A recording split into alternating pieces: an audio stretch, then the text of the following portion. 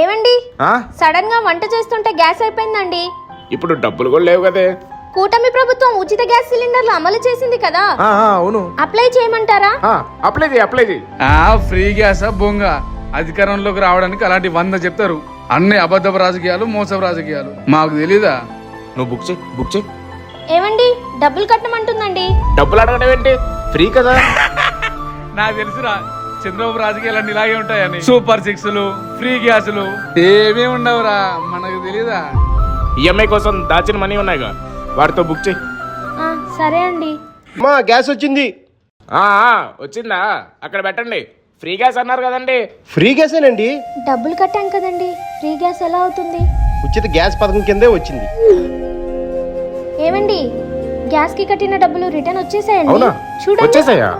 చెప్పాను కదమ్మా, ఇది ఫ్రీ గ్యాసేనని. మోసం చేసి అధికారంలోకి వచ్చిన పార్టీ కదమ్మా కూటమి ప్రభుత్వం. ఒక పక్క అభివృద్ధి చేస్తుంది, మరో పక్క సంక్షేమం ఇస్తుంది. ఇచ్చిందిలే బోడి దీపం పథకం.